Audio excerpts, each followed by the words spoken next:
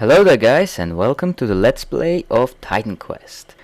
Right, so if you remember, we had Storm Surge. I didn't forget to activate it this time, and we stopped in the Tsakonian ruins. So if you remember, we explored already a portion of it, so we're gonna be going over in this direction now to explore more of it.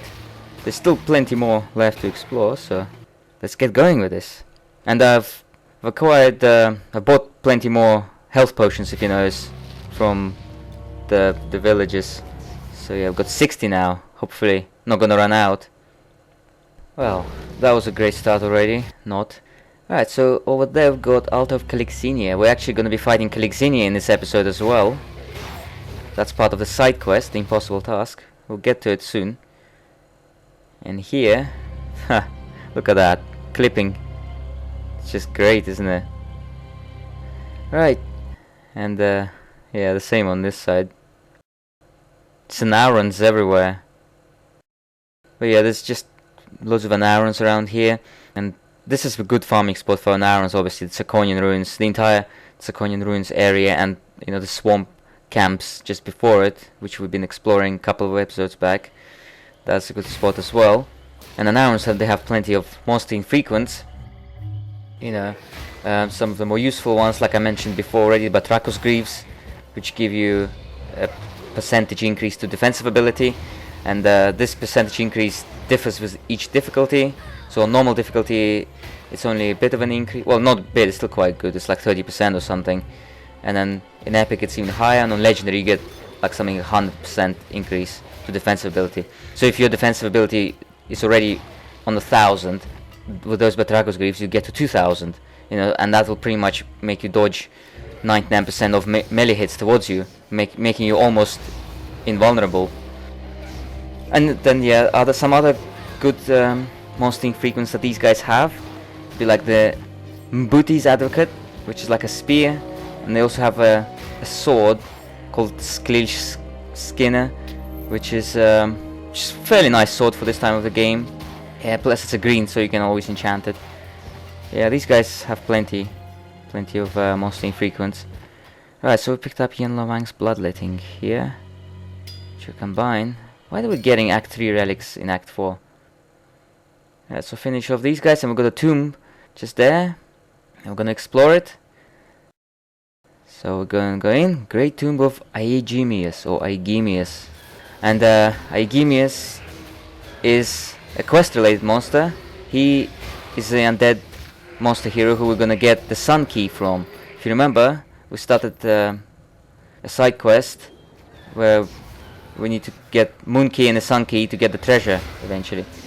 Yeah, there's quite a lot of undead here. If you know, Squall actually works really well. In fact, many AoE attacks work well here because there's quite a lot of them in a small area, you know, very compact. So just use like an AoE attack and should take care of them. Yeah, if you notice there's an exclamation mark, he's over there in that room over there. But we're gonna explore these rooms here first. Just take care of these undeads.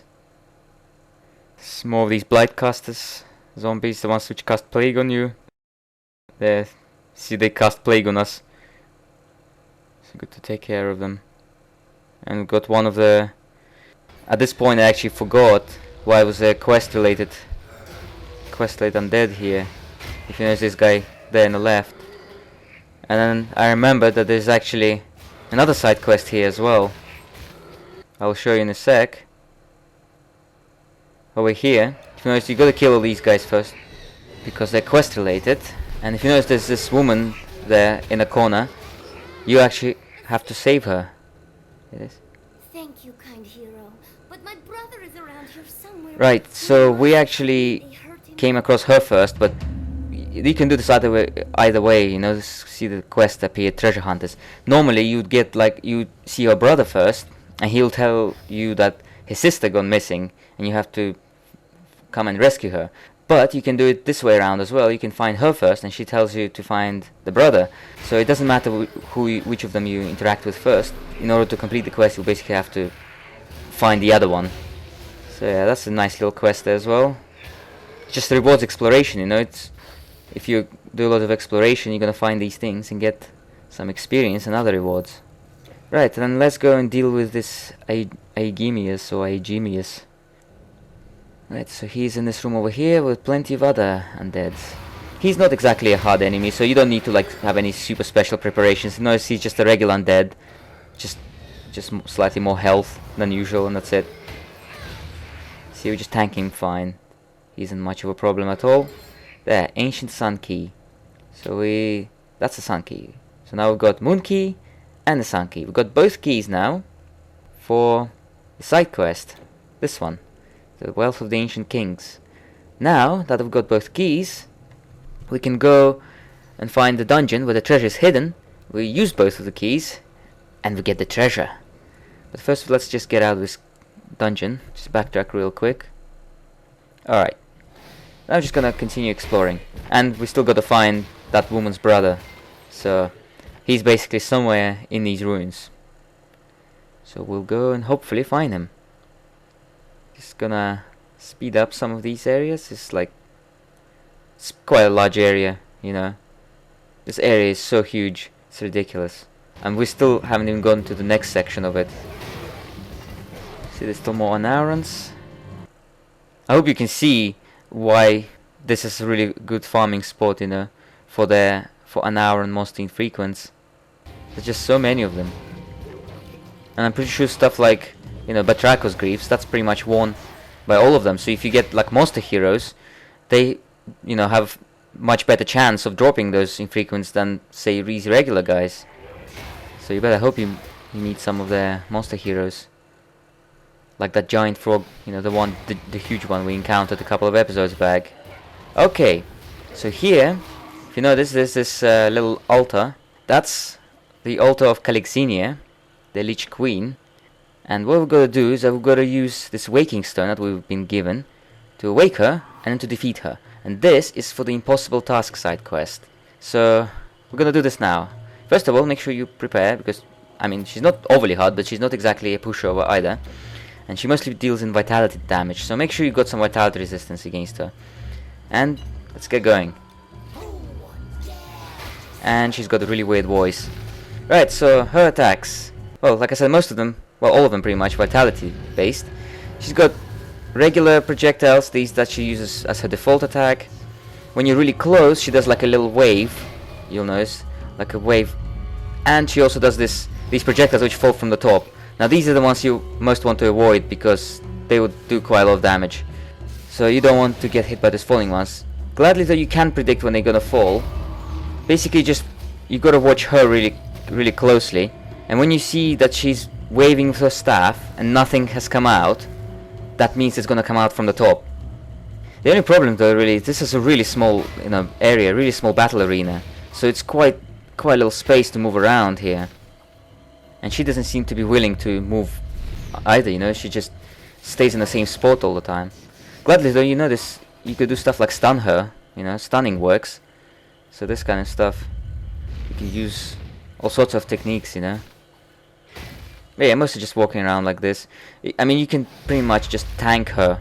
If you got enough vitality resistance, you can tank her for most of her attacks, apart from the one that comes from the top. See, as soon as she's done that, you can just attack her again. There we go. Took care of her. Now you talk to her. You condemn me to another 1,000 years of undeath. Yes, we do. Right. So, she's given us this Tomb of the Liche Queen Kallixenia. Now we've got to give this to a chick at Medea's Grove. It is Medea who has sought. See, she knows her arch enemy. She knows who's been bothering her all these years. Right, so we've got to go to Medea's Grove and give it to this chick, one of Medea's assistants. So she gives us the curative elixir, which we give to the woman at Rhodes. There she is here. If you remember, she's the one who's given us the waking stone. You managed to defeat Kallixenia and you do not look a day older. Indeed. Okay, so there's curative elixir. And we also got an soul prism, the formula, which is alright, nothing too special. Alright, so this side quest there, let's just go to Rhodes, which is the very first area of Act 4, back where we've been given this side quest. It's quite a long running kind of side quest, you know. It's quite quite a lot you gotta go through until you get to complete it. Alright, and here's the woman. My son is ill, and you come. Yep, and here we go. We've completed an impossible task. All done. Alright, so now we can return and continue exploring the Tsakonian ruins. There we go. Kallixenia is already dead, lying there. Well, she's dead anyway, but I mean, she's lying face down. Can't speak to her anymore. She looks awful lot like the Liche King, you know, like the one you can summon in the Spirit Mastery. With the only exception, she doesn't have a crown, so it looks a bit weird.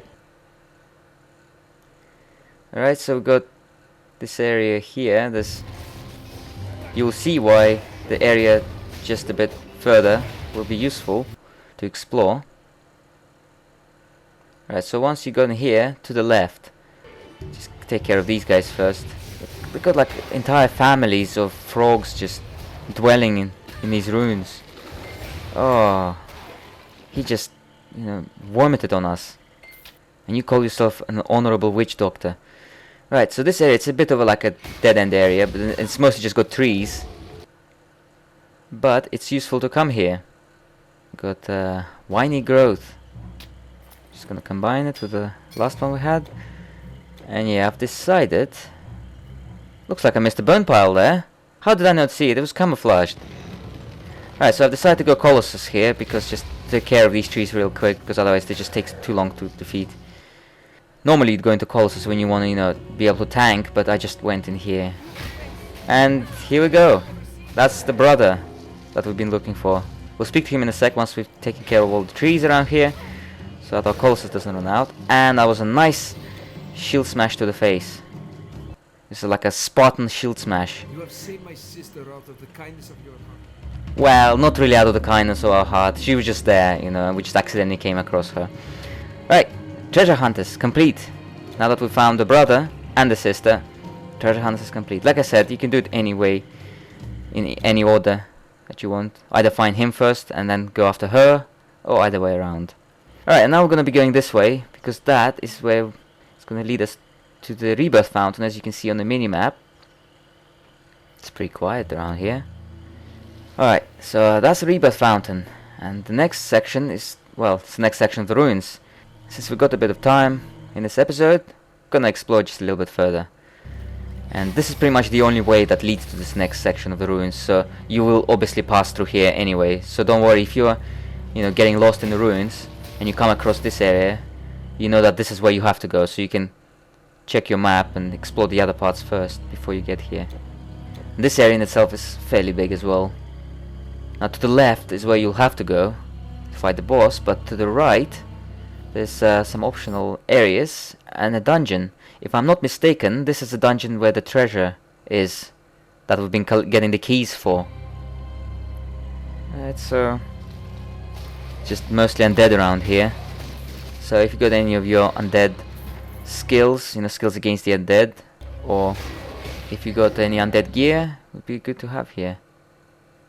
You know what's funny, with those green skeletons, they have a monster hero called Theophrastus the Plump, which is I always found really funny, because, you know, a skeleton that has a name, you know, nicknamed the Plump is just really weird. I really hope we'll come across him at some point. I really do. Alright, so we just got a Hydrodon hide, so we combine it with the other one I had. If you remember, we actually completed one in the last episode. Got all 5 pieces within the same episode, which was impressive. And we managed to put it on our greaves. So yeah, that was useful to have. Get some really good relics in Act 4. It's quite nice. So it's good to actually do some farming around here. And then we got some spectral matter, which is actually the relic we see. We already have one completed. And here's 4 pieces from another one. So give us bonus of intelligence, and this one 10% energy drained. Yeah, not overly great bonuses, but spectral matter is alright. It's good for the mages really, since it's mostly to do with energy and stuff. But yeah, you get spectral matter if you remember from earlier acts, but you can also get it here as well from the lost souls. You get mostly from the ghost type enemies, so that would be regular ghosts, and then you get Sandraths, they drop as well, and these lost souls. Okay, and if you notice to the right, over here, is the dungeon entrance. And we'll leave this for next episode, actually, this dungeon. I'm pretty sure this is the one where the treasure is, though I could be wrong. We'll find out in the next episode, I guess. Hopefully, the treasure will be, well, hopefully it will be worth it. So yeah, it's around this area. Alright guys, I shall see you in the next episode. Bye bye.